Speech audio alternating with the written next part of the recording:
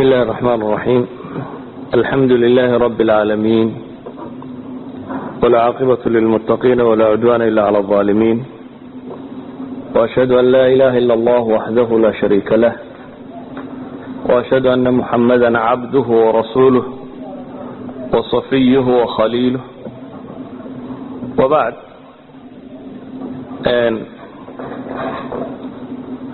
kollayba maalin dhaweydaan halka kelmad yaro kooban ka idha ayaa la jeclaystay inaan bal isku dayo mawduucan qaadka inaan waxoogaa kooban ka idhaahdo,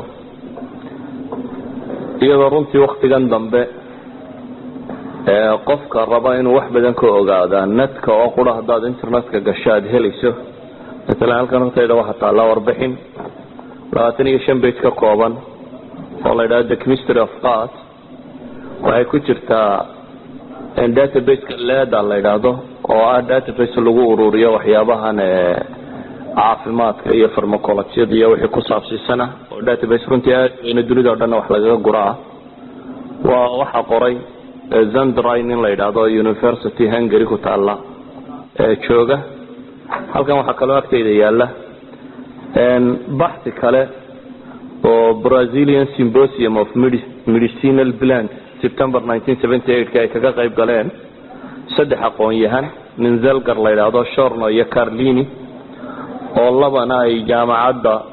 St. Paulo ee Brazil ku taalla qaybta medicinka ay joogaan, ninna phytochemistry jaamacadda Ben ee Switzerland ku taalla, oo ah ninkan Shorno la yidhaahdo iyo saaxiibkii labadii nin ee soo saarayba maadadan cathinonka la yidhaahdo inay qaadka ku jirto aqoon-yahanadii helaya, iyana warbixin taariikheed ay kaga waramayaan cilmi baarista qaadka iyo heerarku soo maray iyo contributionskii nin kastoo aqoon-yahan intii ku kordhiyey ama inta uu ku soo daray. waxaa kaloo halkan horteyda yaalla bug yar af Soomaaliya oo la yidhaahdo hadimooyinka qaadka. buggan yar waxaa qoray nin la yidhaahdo Maxamed Cabdi Daawud. Maxamed Cabdi Daawud waa nin aqoon-yahan Soomaaliyeed ah. wuxuu ka mid yahay raggaanu diinta ka faa'iidaysanay dhowr iyo 70-adii. arday ka ahaan jiray jaamacadda la foolay qaybta chemistry-ga. 80 ku dhawaadadiina waa qolyihii dawladdiisa iyo barra ay xidhxidhay.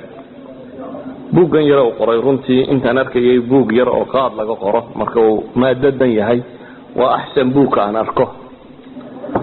waxa igu tanbiihiyey isaga oo lecture ka jeedinaya jaamacadda Hargeysa oo ka waramaya bandhig buuggan uu sameynaya ayaan ka qayb galay. kadibna buugga yar $2 ba Hargeysa gudaheeda la iga siiyay. runtii haddaan isagoo qura akhriyo oo aanan wax kale sheegin inta ku taalla qaybo ka mid ah haddaan soo guuriyo waa buug aad ugu filan. buuggu waa 80 page marka xagga tirada page-ka laga eego waa kooban yahay 84 page ma filaya meelahaasi, laakiin xagga tayada marka laga eego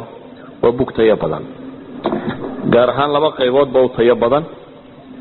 qaybta taariikhda ka waramaysa qaadka bini'aadamku ka hayo iyo qaybta cilmiyan ka waramaysa qaadka iyo wuxuu ka samaysan yahay iyo waliba raadaynta uu bini'aadamka ku leeyahay. marka la yiraahdo qaad ha laga waramo waa mushkilad nin kasta ama qof kasta Soomaali uu la nool yahay. waa mushkilad haddaanad adigu cunin ama aabbaha cuno ama walaalka cuno ama adeerka cuno ama inadeerka cuno, waa mushkilad family-giina taalla oo aan u baahnayn Soomaali kale oo badan oo shishaba inaad ka fakarto. nin kastoo Soomaaliyeed family-gu ka dhashay aad maanta odhan karto way ku baahsantahay oo way taalla. waa mushkilad runtii xalkeeda sida loo helaa ay dhib badan tahay oo mujtamac si غير عادي ay ugu faaftay, gaar ahaan mujtamaca Soomaaliyeed si aad iyo aad u fog runtii ugu faafay. daweynteeduna wax badan ay u baahan tahay oo ugu horeyso in la faafiyo aqoonta ka waramaysa qaadka. waayo ilaa hadda iyadoo qaadka maanta aqoon aad u tiro badan dunida ay ka taalo waxa laga qoray ayaynu inagu haddaynu Soomaalinahay haddana nahay dadka ugu warka yar leh kaba warhaya. waa imtixaan inaynu noqono dadka ugu cuno badan haddana inaynu noqono dadka uguba war yar ee bahalkan waxa laga sheegay wax ka og. iyadoo aan ogahay qaadku culturally inuu dhex galay in culimada Soomaaliyeed ka mid ah wuxuu ii sheegayay dhulka qaadka lagu cuno ee Itoobiya iyo Soomaaliya meelaha gaar ahaan Itoobiya inay meel jiraan aan qaadka la cunin ilaa in la weysaysto mooyaane sida muqaddaska u yahay marka la cunayo waa la soo weysaystaa hore marka loo soo yaro durko مثلا جigjiga meelaha la soo gaaro ilaa jigjiga waa yani inkaar qaba loo arkaa qofka caleen qaad dabka ku rida waa ka mamnuuc yani dadka dhaqankooda saa loo qadisayo waxa weyn u yahay dab wax la saari kara haba yaraatee maaha hore marka loo soo dhaafay Soomaaliya la yimaado wali sida uu mudnaanta u leeyahay waxaad ka garan kartaa inay masaajidu leeyihiin qol lagu qayilo yani masaajida ku taala mesela Hargeysataan meel kale oo fog batagin masaajida qaarkood waxay leeyihiin qol lagu qayilo oo imaamka ama muadinka ama culimadii meesha joogtay ay qaadka ku cunaan hadhowna ay salaad iyo cibaadadooda kalena ku samaystaan taas waxay tilmaamaysaa halka uu inaga joogo iyo qadarinta uu mujtamaca dhexdiisa ku leeyahay iyo sida aanay u muuqanin wax dhiba walidaalika baa madaxdu cunta madaxweynaha kasta Soomaaliyeed ilaa iyo ka ugu hooseeya miskiinka maalqabeenka ilaa iyo ka xamaalka macallimiinta iyo aqoon-yahanada iyo dadka cilmi isdadaya idan waa bulshada oo dhan wax ula midashaha ay cabto ayuu xaga kala mid yahay bal waxa laga yaabaa inuu meelaha la isku maamuuso uu yahay inaan maamuus kuba dhacaynin hadii aan qaad la keenin arooski shirki odayadii wada hadlayay garsi la naqayay imika waqtigan dambe yani waxa weeyaan ma jirtaba meel dad Soomaaliyeed ay isugu yimaadaan oo wadankii kamida ilaa iyo waxa muhiima in qaad lagu cuno taas waxay tilmaamaysaa halka uu inaga joogo waayo ummadaha kale waxyaabaha daraga u haystaan inkastoo umamku daraga dad badan oo liitay cunaan laakiin ma cunaan dadka sare ama se waa ceeb مثلا waddanka joogta madaxweynaha heroin cabay hadii la soo qabto ama ra'iisul wasaaraha kokayin liqaya hadii la helo way ceeboobaya halkaas uu shacabtilaya waayo waa wax lagu yaqaan tabaqada aan fakarina ma liidata inay isticmaasho walidaalك buu ceeb yahay in muuqda oo ama madaxa ama hantile ama la yaqaan ama caynkan inuu kokayin iyo heroin cabaa waa wax ceeb idan inaga halkii daraga inaga ma joogo oo halka la ceebaynayo ma joogo wuxuu joogaa halkan amaanta mujtamac oo dhan uu ku xidhiidho haddaan markaa bal isku dayno maanta dariskan koowaad taariikhdiisa inaynu wax ka sheegno ama ha ahaato taariikhdiisa cunta iyo wixii laga hayo ama taariikh cilmiyeedkiisa iyo sidii loo baadhay iyo wixii ku saabsan haddaan waxoogaa ka tilmaamno ugu horeyn waxaan isku dayayaa inaan adeegsadaba buuggan Maxamed Cabdi ayaan isleeyahay in badan uu kaaga filan yahay waxaasi oo dhan qaadka waxaynu naqaanaa inuu magacyo badan leeyahay meelaha uu ka baxbaxana inuu magacyadaasi ay ku kala gadisan yihiin waliba maanta waxa laga yaabaa magacyada badan ee qaar kamid inay ku xidhan yihiin kolba meesha uu ka baxo marka la leeyahay waa Hereri ama waa Dadar ama waa Miro ama waa yani waa magacyo ku saabsan in badan meesha uu ka baxo asalkeeda loo raaciyay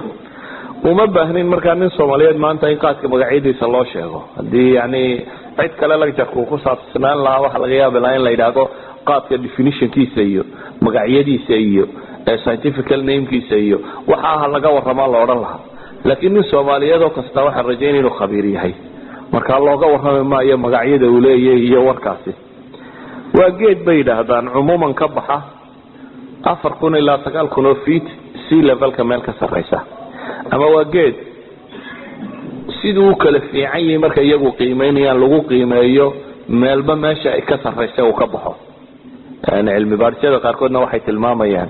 sidoo u kala sareeyo meelaha uu ka baxa mesela cilmi baaris ay sameeyeen rugta cilmi baarista amniga Carbeed ay ku sameeyeen ba Suu Maxamed Cabdi tilmaamayo koonfurta Sacuudiga buuraleyda ka baxa katinonku oo ah maadaadkan ugu khatarsan ee ku jira waxay u kala badan tahay sida uu kala sareeyo marka dhulkeenan gaaga mesela Soomaaliya kale waa inaga nidhaano iska badaysiga ka baxa la yiraahdaa laakiin buuraha Itoobiya ka baxa de waa lagu fayaama waa la marqaama marka uu ka marqaan yar yahay kan Soomaaliya ka baxa inaga lafteena waxaad moodaa inuu category-ga ay sheegayaan qoladan ay leeyihiin sida uu u kala sareeyay meelaha uu ka baxo ayuu ugu kala badan yahay mawaada khatarta ee ku sii jirta وجد سيدا عادي شربه أما سيدي عادي وجد أنا هين جيدها ووين جيدها لامها جيدها شربك وحريدا وجيدها أنا لهين تريد هذا لامها أنت رضا بدل لا يسكبها نورمال كيس وجد متر إلا لما متر بحا جارهان بورها دشوا ده صار مركا وكبحية لكن بورها بنتو ده بيدات بيها لمركا وكبحية وجد جاره بيجين إلى يلح متر بورها بنتو ده صالك كصابها محمد عبدي وحو كلا soo naqlinayaba equatorial ka baxa yani horta geedkan dhul badan buu ka baxa laakiin equatorial ka baxa equatorial lagu yaqaano in biyuhuna ku badan yahay cadceeduna ku badan tahay kaasi buu leeyahay waxa la sheegaa inuu gaadho 25 mitir jiridiisuna inay gaadhaba nus mitir inay gaadhayso idan kaasi waa geed aan sharab noqon inay dhirta waaweyn oo kala kamid noqonaya laakiin caadiga la yaqaano dhulka badan ee uu ka baxo waa mitir iyo 2 mitir iyo haduu bato 6 mitir normally inta lagu sheegaa waa inahaasi dhulku ka baxaana East Africa soo dhan waa Soomaaliya waxba ka baxa Ethiopia Kenya Tanzania Uganda Zambia Kuwait-ka kuwa ku taxanin badan oo kamid ah Madagascar Yemen Sacuudiga qaybtiisa hoose ilaa xad mala Soomaalida iyo gaalada Ingiriiska iyo wixii ay sii faafinayeen Perth baan ugu tagay isagoo dhirta guriga ka horbaxay Soomaalidu gorato ka qayisho Australia magaalo ku taalo Perth la yiraahdo qaybta waqooyiga ku taala wuxuu ka mid yahay dhirta guriga lagu horbeeyo Soomaalida marka reeraha guriyahooda u dhacda laqaadba ku yaalo ka soo gorata oo waliba kuwa magaalada jooga qurima cunaanay waxay ii sheegeen markaan u tagay inay qaarkood ka baac mushtareeyaan oo Melbourne iyo Sydney ay u dhoofiyaan oo ka qaadwalayaan reeraha guryahooda ka uga baxay waxa geed flower la iyo waxa soo u beerteen kuwa kani oo qaabka soo beeray waxaan uga jeedaa waa baahay waqtigan dambe laakiin waa geed inta badan lagu yaqaan inuu ka baxo geedka Afrika iyo Arabta qaybteedan hoose xagee u horeysay xagee u dambeysay muran badan baa ku jira laakiin waxay dhadaan inta badan oo meelihii ugu horeysay lagu cunay lagu yaqaano oo Ethiopia bay dhadaan marka dadka badba ay dhadaan Yemen baa uu ka horbaxay dadka Ethiopia la keenay laakiin qolada cagsiga moodayna macquulka u dhowday waa Ethiopia labada Yemen gumaysan jirtay oo inuu Ethiopia ka baxo Yemen uu guuro saasad labada oran kartaa ayaa macquulka u dhow geedkan taariikhdiisa bini'aadamku markay ka waramayaan محمد عبد التاريخ قونا بصون نقلنا يا وانا قرنين انت اي لاكتها وحكا صون نقلنا يا نكي اللي ورجرين ميراب بيتر ميراب واد اختار فرانسيسها او بغركي مليلك اللي ورجري اختار كيسيوية مليلك ايتوبيا بيتر ميراب وحا وشيغيا الاسكندر دا جريت كي مكسدونيا كتلين شري بري لها الدنيا دا ينبضانو كامي دا بوقف صدي انو جنرال دي سي كامي دي انتو حانون صدي او واشي حانون كان والده أما والبهار يو ولا أنت خد عين وحيد هذا ملانكوليا خد عضي ملانكوليا ذو نفط الجريج ورا ما نروح على غيره هذا هو برير مذوبات لكن برير مذوبات هو أسم شكيد بقى يكرر ما يسناين والده حنوقة كيانين وهلك كصاب بالعمو لكن والي عنده وحيد هذا جنرال الذي سكمل ده حرار لورنشري أي حنون كاسم ملكونيا ذا اللي هذا خد عيد بتنا قاد ودرو كدوينه محمد عبد الوهاب كلا soo naqlinaya Bible-iska qaar kamid ah oo The Living Bible la yiraahdo 1971 kii inuu isna wax sheegayo qaad la calaaliye iyo candhuuf iyo wax lagu daweeyo laakiin wararkaasi waa iska warar oo mala taariikh gabowday oo lagu tilmaamayo laakiin aan wax saa u sii weynahayn waqti badan ayaanu jirin cid ka waranta qaad dadiyowga ugu horeeyay markaynu caalamka islaamiga eegno ee ka warama waxa lagu tilmaamay inuu ahaan jiray nin la oran jiray Najiba Samarqandi sida uu Maxamed baan in badan isticmaalaya waxa uu soo naqliyay hadii aan meel kale ka soo naqliyo sideedan u sheegay Najiba Samarqandi wuxuu qoray buug kaga waramayo walxaha ama dhirta lagu walfo addiction ama dependency-ga dhirta bini'aadamka ku samaysa kitaabkiisaasi oo wali gacan ku qoran aan ahayn kutubta matbuuca waa nin waqtiyadii wax qorayay 1237 miilaadiga meelahaasi waa almost yani 8 qarno dhow 7 qarniyo dheeraad ka hor ayuu wuxuu qorayaa uu sheegayaa in bunka iyo qaadka ayuu ka wada waramaya waxa uu tilmaamaya uu leeyahay waa geed ka baxa buu yidhi kilwa waxaa la odhan jiray waa kenyadii hore magacii hore muslimiinta ay u yaqaaneen meesha Kenya waa geed ka baxa buu yidhi kilwa oo loo adeegsado firfircoonida iyo dawada walaaca iyo cudurka melancholia buu yidhi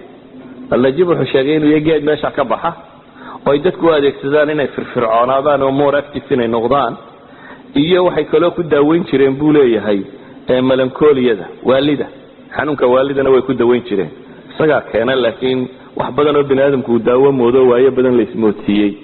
ayaa jira waxa jira isna taariikhyahan ninkan ka dambeeyay ama wax badan runtii aan ka dambeeynin oo taariikhyahan noolaa 1249 ilaa 1342 oo la yiraahdo ibn fadlillah al-aamiri ibn fadlillah al-aamiri buug buu qoray ama kitaab buu qoray la yiraahdo masalik al-absar kitaabkan markuu ka warramayo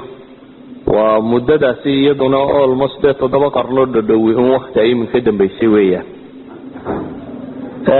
ama 6 qarniyo badin ka badani buugiisaasi ibn fadlillah al-aamiri wuxuu leeyahay qaadku waa geed xabashiyeed aan lahayn midho laakiin la cuno laamihiisa jilicsan ee yar yar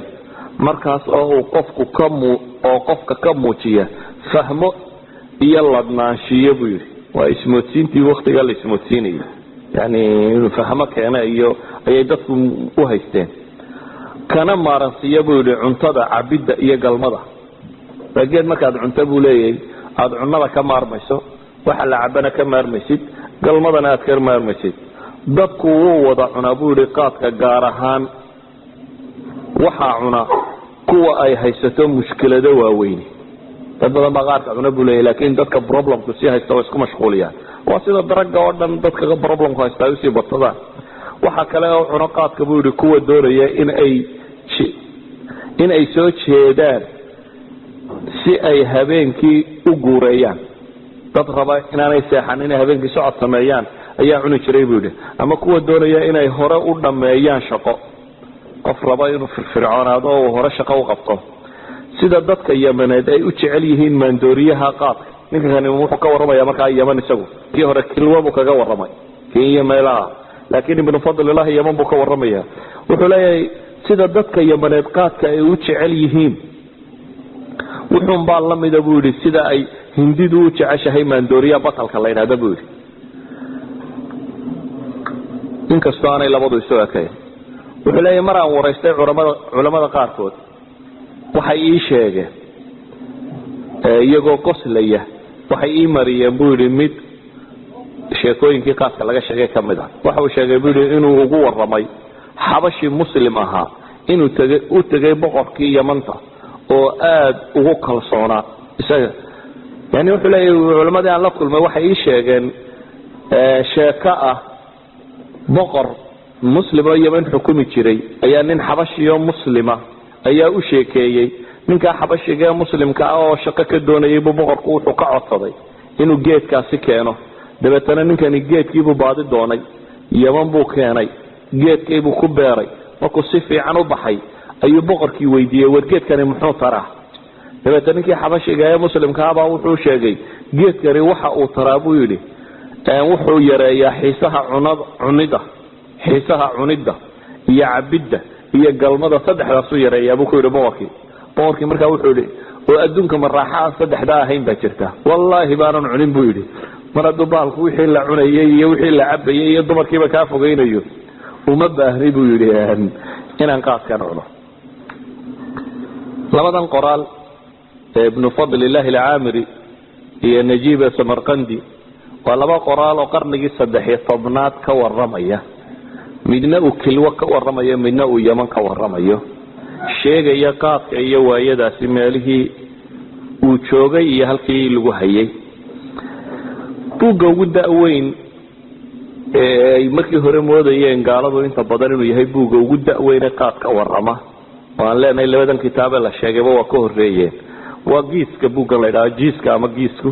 giisku waa buug xabashidu ay leedahay oo ka warrama boqortooyooyinkii xabashida hore gaar ahaan wuxuu ka warramaa la qoray amda sayon waqtigu ka talin jiray Ethiopia 1314 ilaa 1344 taariikhda ninkaasu in badan ka waramaya buugga jiiska ama giiska la yiraahdo ay xabashidu leedahay waxa ku qoran in kacdoon ay sameeyeen meelihii uu xukumayay muslimiinta qaybo kamid gaar ahaan magaalo la oran jiray bay Maracade ayaa muslimiintii deganeed ku kacday dabeetana muslimiintaas uu isaga celiyo ayuu waxa uu u beeray bay yiraahdeen geedkan qaadka la yiraahdo siiyay muslimkii meesha deganaaba la baray dabeetana dadkii waa marqaameen oo rabshadii way dhimeen oo wuxuu ka dhigay bay leeyeen boqorkaasi wuxuu adeegsaday inuu noqdo wax maandooriyo uu dadka iskaga sii jeediyo xataa amda sayoon waxay yiraahdaan waxa jabiyay boqortooyadii sabruddin nin la oran jiro ifat xukumi jiray ifat waa jabuuti di qadiimka ahayd jabuuti iyo zayla iyo inahaasi qadiima ayaa ifat bargi hore la oran jiray ninka ka talin jiray oo muslim ahaa ayaa jabiyay ahmaarkii laakiin isna wuxuu ka dhaxlay bay yiraahdeen sabruddin qaad cunistii oo uu sii baahiyay oo qaadkii markaa muslimiintii arigii uu deganaayo dhan cunaysay ayuu aad ugu baahiyay giis wuxuu qorayaa markaa taariikhdaasi hore ee ah qaadka in waqtiyadaasi saa loo cuni jiray taariikhda la hayo waxa kale kamid ah cidii wax ka qortay المغريزي ninkii la oran jiray taariikhyaanka muslimka aha المغريزي oo waxyaabo wax ka qoray kamid ah taariikhda boqoradii muslimiinta ee xukumi jiray dhulkan ardal xabash boqoradii hore muslimiinta ka talin jiray waxa uu sheegayaa magaalada Sayla inuu jiro geed aan midho lahayn oo caleentiisa talliinto kale uu yaraaga tahay oo dadku ay calaaliyaan caleentiisa si ay cunaan iyagoo rumaysan buu yiri inay fahamkana kordhiso wixii la ilaabayna ay dadka soo xasuusiso hoosna ay u dhigto xiisaha dumarka iyo cunada loo qabo hurdadana ay ka haysa buu leeyahay المغريزي wuxuu leeyahay Sayla baa halka lagu cuni jiray qarnigii 15aad buu ka waramaya Sayla baa lagu cuni jiray buu leeyahay geedka waxa ka rumaysanaayeen ninku markuu cuno inuu naagaha iska deynayo oo cunada iska deynayo oo cabista iska yaraynayo waxa si oo dhan oo uu firfircooni iyo fahmana uu helayo البيروني محمد البيروني ninkii la oran jiray isna waxbay ka sheegaan uu qaadka sheegay inkastoo isagu Afghanistan iyo Turkmenistan iyo xagga sare meelaha uu sii magacaabay laakiin wax badani wixii uu sheegay isaga kamay macna badan may sameynaynin qoraalada qadiimka ee qaadka ka waramaya waxa kamid ah sheekhi madhabka Shaafiiciyada macruufka ahaa ee la oran jiray أحمد بن محمد بن حجر الهيتمي ما هي ابن حجر العسقلاني وهيتمي فقيهها ومفتقي مكة نكي مفتقى كاهان شري هيتمي اسنا كتاب وقرأي وقاتك وقدق يقوى الوكال سونيحي هيتمي كتاب وقاتك كقرأي وحوكك والرمية أبي بكر بن إبراهيم المقري الحارسي منك الله يدعى إنه أشياغي warka soo socda qofka cunaqaadka buu yiri wuu marqaamaha mararka qaar koodna murugadii haysay waxoogaa way ka yara kacdaayo firfircooniyo nashaad cusub baa gala haddana buu yiri saacada dabadood ayay qofka ku soo habsataa walaac iyo walbahaar tiro badan ee wixii ka foqay oo dhan dib ay wada fuulaan mararka qaar koodna akhlaaqdaaba ka xumaata buu leeyahay wuxuu qaadku yareeyaa buu leeyahay xiisaha cuntada iyo raaxada hurdada waxa uu kaloo sheegay inuu manida ama wax wadida weeg yani manido kale inuu qofku mararka qaar kood kaadida ka soo raaciyo ay tahayna wax lagu ibtileeyay muslimiintii Yemen deganeed waa ninkaasi faqiiha muslimka ay wuxuu ka soo naqlinayaa Abi Bakar warkii uu uga sheegay qaadka waxaanu kaloo markaa uu sheegay Yemen culimadii deganeed culimo badan oo kamid ah inay qaadka u arkayeen inuu xaraan yahay inta hadda iska soo koobno taariikhii hore ee muslimiintu ay ka hayeen oo ah runtii inaha uu Maxamed qoray marka aan soo koobo cilmi baarista qaadku waa dambaysi markaynu eegno reer galbeedku iyagu geedkan qaadka la yidhahdaba markay ogaadeen waxaa jiray boqorkii Frederickii shanaad ee ka talinayay Denmark ayaa wuxuu diray 6 aqoon-yahan oo carabaha u diray inay cilmi baaris dhirta iyo dawooyinka iyo bal waxaasi soo sameeyaan aqoon-yahanada waxaa ka mid ahaa nin macruufa oo Swedish oo la oran jiray Peter Forsskål magaalo yar oo Kalmar la yiraahdo ku dhashay 1733 meelaha saafilaya Göttingen jaamacada la yiraahdo wax buu ka bartay waa aqoonyahanka ugu caansan ee reer galbeedka ee qaadka wax ka sheegay uu kamid yahay bal scientific name ka la yaqaanay Swedishka uu bixiyay qaad yani ninkaas bixiyay ee Swedishka kaasa dowladka magaca loo yaqaan maanta scientific name ka waxa bixiyay Peter Forsskål waxa kale la socday nin la oran jiray Carsten Niebuhr na Jarmal buu dhalashadiisu isna ahaa labada nin shan nin oo ka tirsan yihiin ayuu Frederickii shanaad diray inay cilmi baaris ku soo sameeyaan carabta iyo dhirta ay haystaan iyo waxaasi waa taariikhdu markay ahayd 1761 ilaa 63 buu xagga u diray nimankii cilmi baarista u tagay kanaaca iyo waxba cunay baa la sheegaa adoo ala kulli xaal waa madheen afar way dhimatay nabarigii Jarmalka ahaa Carsten Niebuhr la oran jiray qura ayaa mukha ka dhoofay markii dambe oo Indiya tagay oo Persian galafka soo maray oo dabeetana Tigris webigan la yiraahdo Iraq ka soo talaabay oo Falastiin iyo Suuriya halka ka soo baxay dabeetana Istanbul yimi markaas uu qoraal la sameeyay oo kaga waramayo dhirtii cusbayd ay wadanada ku soo arkeen qoraaladu sameeyay waxa kamid ah 1792 qoraal uu kaga waramayo oo leeyahay geedaha cusub ee aanu carabta ku aragnay waxa kamid ah buu leeyahay qaad waa geed si fiican bunka dhexdiisa uga baxa buu yahay qaad waa geed bunka dhexdiisa si fiican uga baxa waxaana dadku cunaan buu leeyahay caleentiisa yaryar aad loo jeceliyo la cunaa yamantu aad bay ugu maman tahay buu yiri waxay la mid tahay buu yiri hindidu tumbulka sida ugu walfeen oo kale ay u calaashadaan ayay yamantuna geedkaasi qaadka la yiraahdo ay u cunaan buu tilmaamaya waxa ay dadkaasi rumaysan yihiin buu yiri cudurrada la isqaadsiyo iyo inuu difaaco dheefshiidka fiicnaysiyo waa warkii daqiiqadayaashu wadeen unba uu soo qoray mafrashadii uu tagay wixii lagu hayay Niebuhr wuxuu yiri dadka meesha joogay waxay rumaysnaayeen geedkani inuu waxyaabahaasi wax ka taro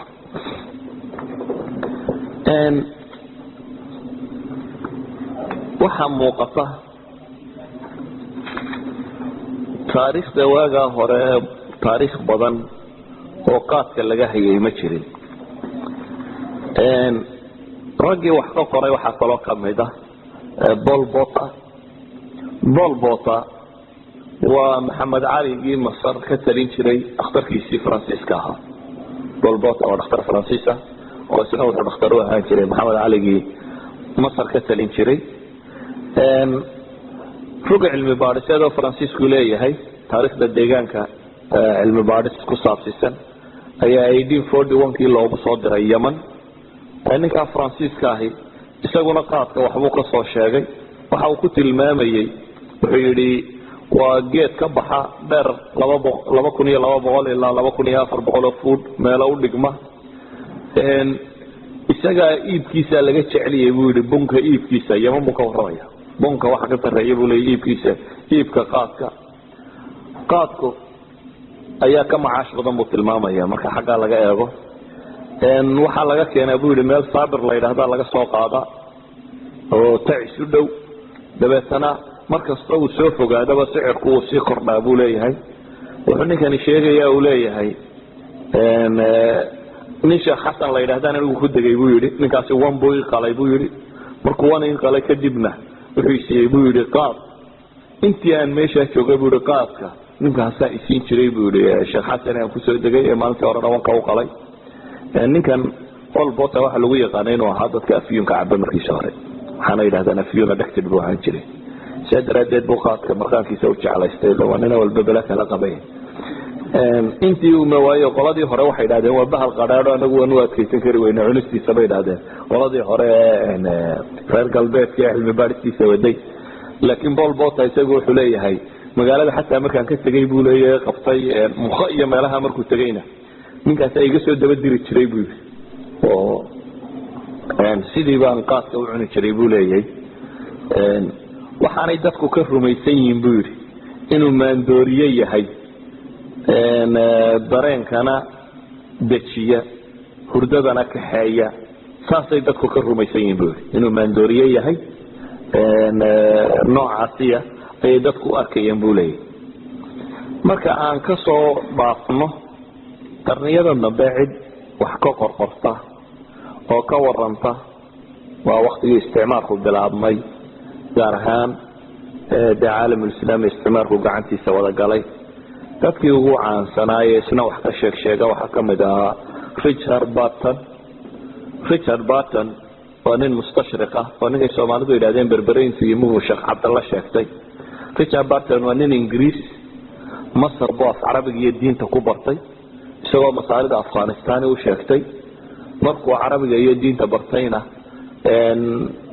wuxuu yimi Kaabada isagoo nin muslima sheeganaya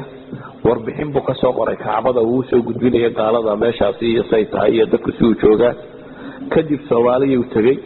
berberu tagay isagoo sheeganaya Soomaalidu waxay oran jirtay Sheekh Cabdalla la baxay Soomaalidu waxay yiraahdaan isagoo kaashiga walba nin oday maqlay warkii uu yiri inuu buriyo qabiyay markii dambe la ogaaday bay yiraahdaan si kasta Richard Barton wuxuu socday ilaa iyo Harar ayuu socday wuxuu tagay Harar مثلا Harar oo ahaan jirtay iyaduna meel waqtigii hore muslimiintii deganaa ay gaalada ka mamnuuceen 54 baa la soo saaray inuu Harar soo gali karin haba yaraatee nin gaal laakiin isagoo Sheekh Cabdalla uu tagay Harar markuu Harar tagay warbixin buu ka soo diray uu tilmaamayo ilaa 8,000 oo qof magaalo ay degantay waa magaalo weyn buu leeyahay culimo aad u saboolaba agagaarkeeda degan buu ku tilmaamay wuxuu kaloo sheegay in qaadka had iyo goor dadka madaxda sare ay cunaan oo dadka sare ay aad qaadka u cunaan wuxuu kaloo sheegayaa dadka meesha degan inay quutul awliyo u haysteen oo qaadku iyo quut awliyadu ay cunto wuxuu kaloo sheegayaa qaab aynan runtii agteena macruuf ka ahayn qaadka u cuni jireen oo ah inta caleemaha la googooyo oo la yaro tumo la budiyo biyo lagu daro la kuskuuso isagoo kuskuusan afka la geliya ayuu ninka kan Richard Barton saas isagu soo sheegaya wuxuu leeyahay waxay yiraahdeen waa quutul awliyo waxaanu kordhiyaa bay yiraahdeen khayaalka uu kordhiyaa xaqiiqada waa muujiyaa qalbiga farxad buu geliyaa hurdada waa yareeyaa cunitaanka badan waa yareeyaa galmada waa yareeyaa feer herer buuri maalin walba way cuni jireen 9 subaxnimo la isu yimaadaa buuri marka qaadka la bilaaba duurka dabadiisa hadana mid ka yara kulul cabi jireen buu leeyahay dan waxoogaa uu ku daray oo ah inay qabriga cabi jireen dajiga buu sheegaya muslimiintii meesha deganay laakiin I don't think culamo muslimiin inay daji cabi jirtay ama culamo muslimiin oo qabri cabtay inay jirto على كل حال waqtiyadaasi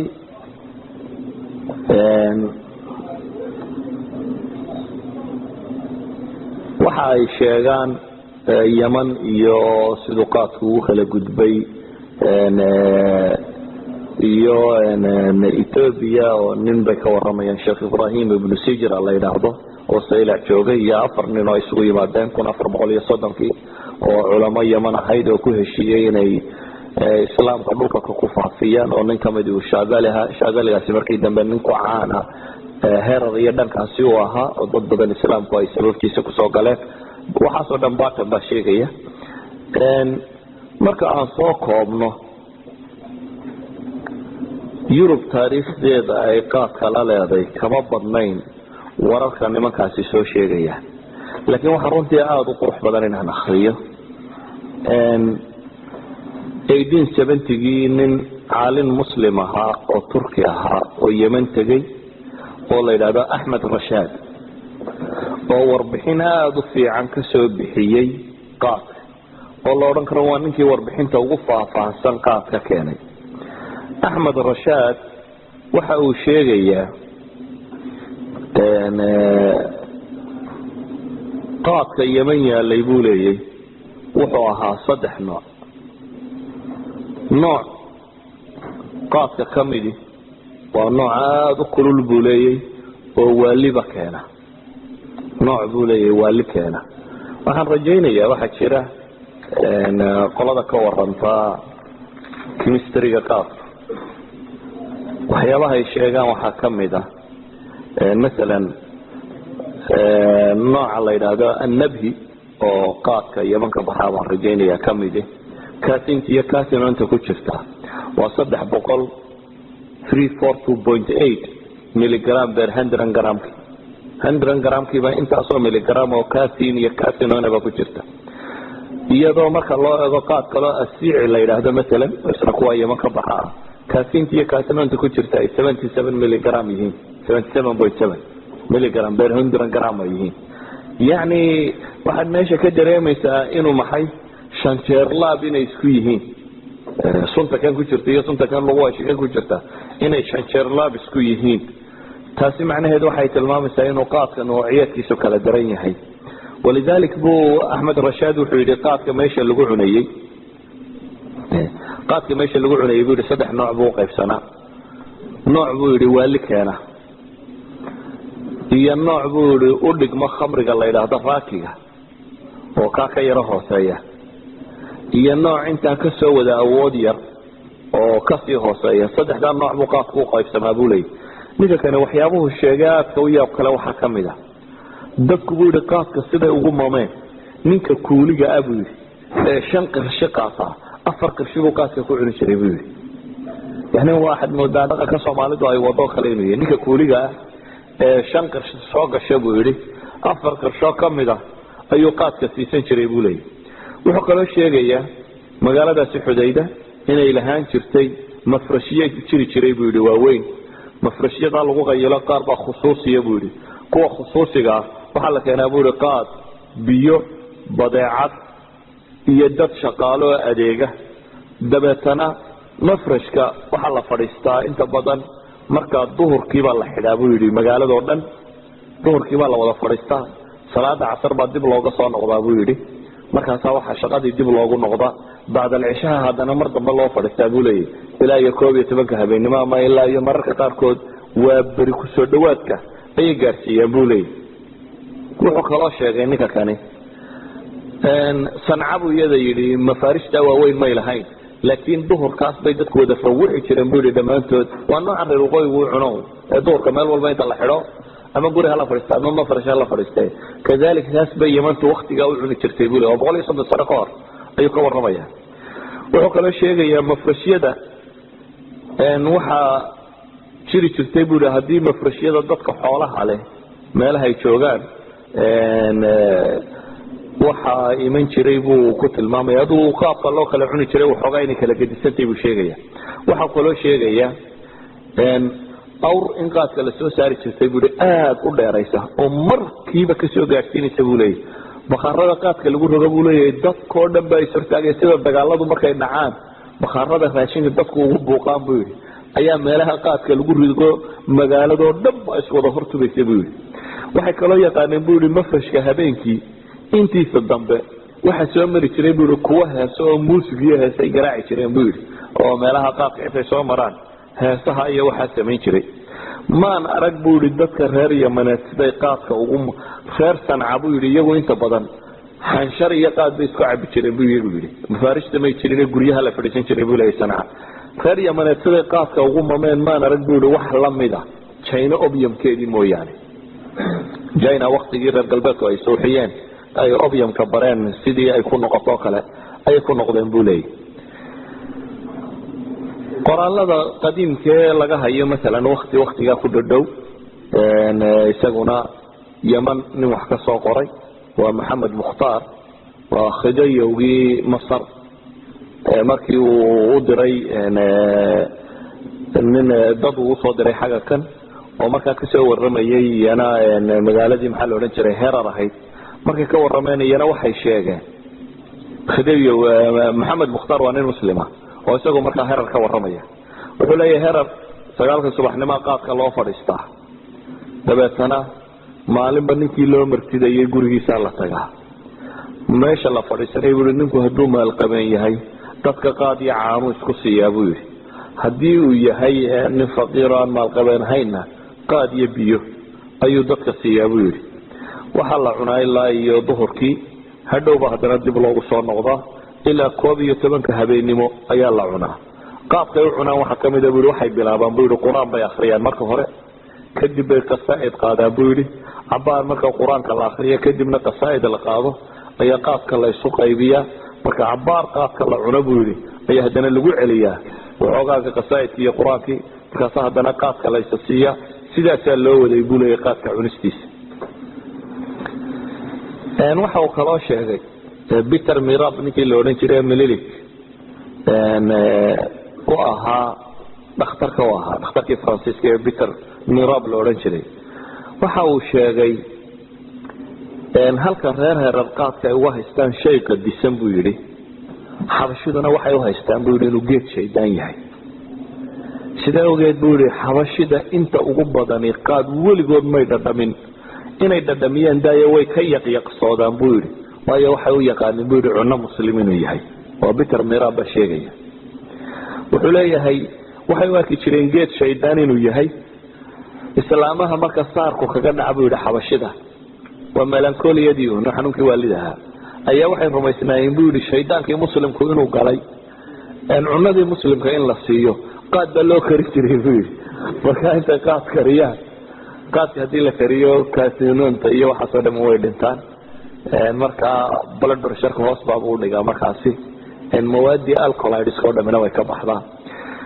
qaad bay u karin jireen buu yiri qaadka la kariyo ayaa la siiyaa buu yiri islaamaha saarku ku dhacaan bukooda marka xabashidu laba shayba geed shaydaan bay arkayeen waxaana arkayeen dadka jimankaas muslimka ka yimid shayaadiintii inay galeen marka raashin shaydaan inuu u baahan yahay falkan inuu raashin shaydaan yahay si kala hadaynu tilmaamana waa maalinkoodii waa waalidii bay rumaysanaayeen in lagu daweeyo inta hadaynu ku soo dhaafno taariikhdii qadiimka ee qaadka ahayd baynu nimaadno Soomaaliya iyo wadankeeni Soomaaliya qaadka intiisa ugu badan labadii meelood aynu ku xidhnayn waa labadan meelood ee meelna Mukhtar Maxamed Mukhtar uu ka waramay meelna Ahmed uu ka waramay caalamkii Turkiga ahaa ninkii Masriga labada meelood ay ka waramayeen baynu ku kala xidhnay Ethiopia oo Herar iyo agaarkeedoodii laga soo baranayay iyo Yemen oo adarkaysay wixii laga sheegayay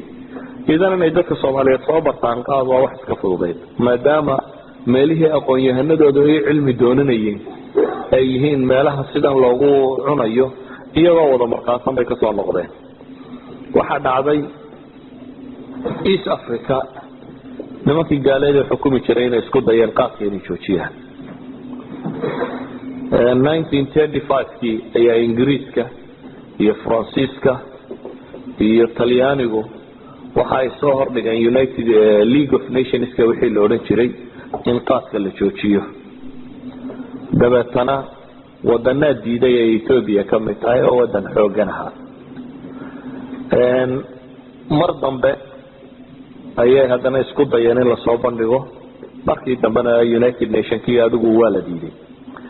1947kii ayuu Ingiriisku soo rogay markaasi mamnuucid qaadka mamnuucid fudud bay ahayd 1947kii Ingiriisku waayo wuxuu ogolaa qaadka in dad go'aanina keenan oo liisan la siiyo dadka cunayana qaar go'aan in liisan la siiyo Xaaji Cabdiwaraabi wuxuu sheegay in soo gaadhay Hargeysa 12 nin ay liisan leeyeen ay qaadka ku cunaan ay liisan faystaan ay qaadka cunaan على كل حال ان qofka qaadka cunayana liisan buu haysan jiray sidaas buu ahaa hadana 1952gii ayuu mar kale Ingiriis oo qaadka mamnuuc dhamaystiran 1952gii markaa uu mamnuucay Ingiriisku wuxuu bilaabay qaadka in gaariga qaadka sida intuu qaado abuu badda ku ridi jiray gaariga oo qaadkiisa sida iyo waxba intuu qaado ayuu badda dhigi jiray wadanka si xoogan buu uga mamnuucay talyaaniguna waa mamnuucay Kenya iyo xagga shisho oo dhanna Ingiriis baa gumaysan jiray dhankaasi oo dhanna wuu mamnuucay qaadki xoog buu isu taagay qoladan reer waqooyiga iyagu wuxuu qaadka mamnuucistiisii dib bay ku noqotay Ingiriiska waayo horta kooxdii fanaaniinta la odhan jiray iyagu dee cadan bay ka yimaadeen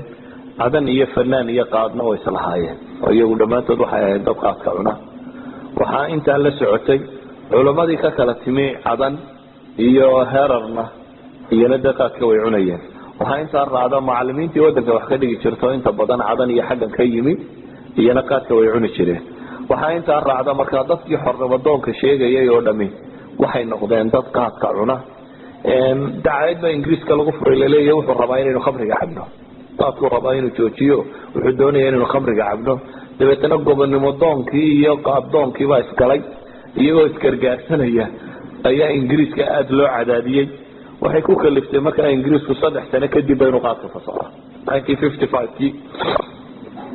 ayuu markaa qaadka dib u fasaxay halka uu talyaanigu ku guuleystay oo iyaga gobonnimo doonkoodii iyo culimadoodu toona malama cuni jirin baan filayaa taasi waxay noqotay markaa koonfur inaan qaad soo gaadhin waliba mar labaad wuxuu qaadku koonfur soo gaadhi waayey Ingiriisku wuxuu ku guuleystay joojintii uu Kenya ka joojiyay sadaraadeed meesha ugu dhow qaadi uu iman lahaa koonfur waxay ahayd Kenya xataa dawladii markay xornimada qaadatay qaadku sidii buu mamnuuc u ahaa waxaa dib loo fasaxay 1973 ayaa qaadkii Kenya dib loo fasaxay markaasay bilaabatay inay uu soo gaadho qaadka intaa waxaan kaga baxayaa taariikhii qaadka aan tagna bal chemistry-giisa haddaba qaadku muxuu yahay waxa ugu badan ee maanta rabshada inugu hayaa waxa weeyaan in aan qaadka loo arkaynin wax weyn oo dhib keenaya inaan loo arkaynin wax daragaynayo in loo arkayo xataa dadka badhaba inay yidhahdaan waa mamnuuc ama ma fiicna waxyaabo kale uu keenay daraadood inay adeegsadeen laakiin aanay u arkaynin ka qaad ahaan ama ka maada ahaan inuu wax khatara yahay cilmi baadhisii ugu horreeyay qaadka lagu sameeyey horta waxay yidhahdaan waxaa la ogyahay qaadku cunistiisu inuu koofiga cabistiisa ka horreeyey يعني كوفيق عبستيسا waxa ka horeeyay bay yiraahdaan qaadka cunistiisa qaadka iyo waxyaabihii ku jiray fluki garnin la yiraahdo ayaa bari wuxuu isku dayay inuu qaadka baaro 1870 isagoo moodaya in caffeine ku jirto wuu baaray laakiin caffeine-tii wuu soo waayay waxa hadana isku dayay girok iyo fluki garkiyo is adeegsaday dabeetana waxay sheegeen inay heleen maado la yiraahdo كاتين أيوب بحية مواد قاعدة كتيرته صدق لما الدودة وعنصا مدوح الله هذا نورسودو إفادرين أما وكيميكال نيم كده كاتين أيوب بحية كاتين تاسي و dadyow badan oo qoraalo badan oo kala gedisan baa sheegtay inuu isagu soo saaray Stockman la yiraahdo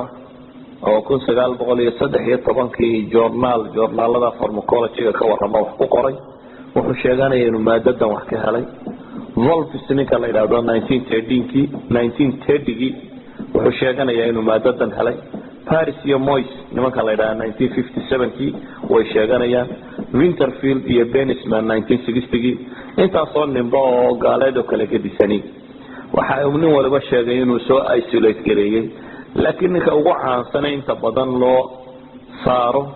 inuu maadada tan soo saaray chemical structure keedu waa ninka Wolfs la yiraahdo 1930 ayaa keenay maadada caffeine-ka loo yaqaano waxaan u arkay inay tahay maadada ugu khatarsan ee markaa qaad ku jirta intii la helay maadaama aqoontu ay yaray science-ka ruuxantii ama qalabka lagu baarayo uu yaraa rag badan baa sheegay inay waxayaan kale oo aan kaatiin hayno bahalka ku dhex jirta laakiin wixii ay hayeenna si fiican u sharxi kari waaye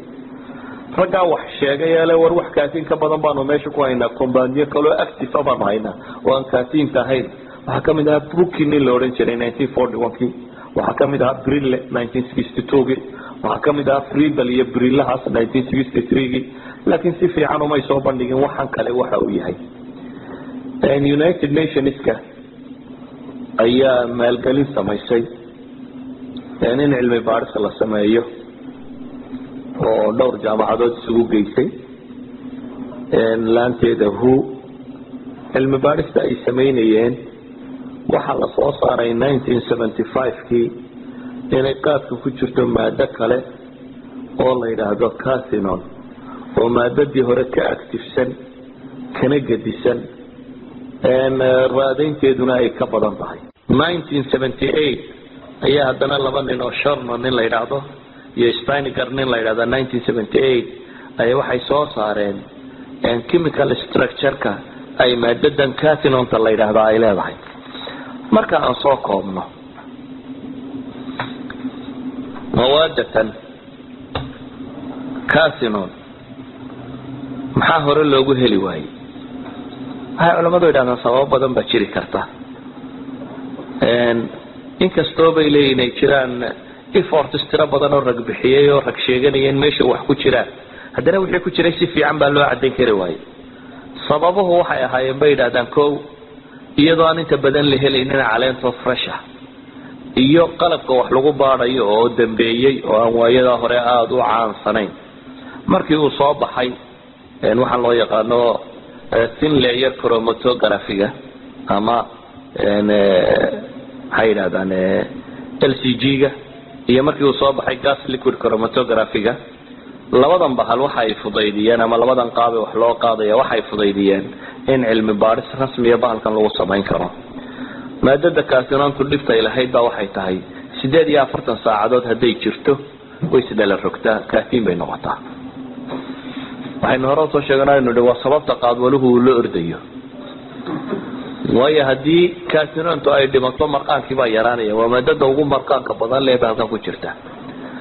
marka haday 48 hours ay dhaafto bahalkii waxba sheegi maayo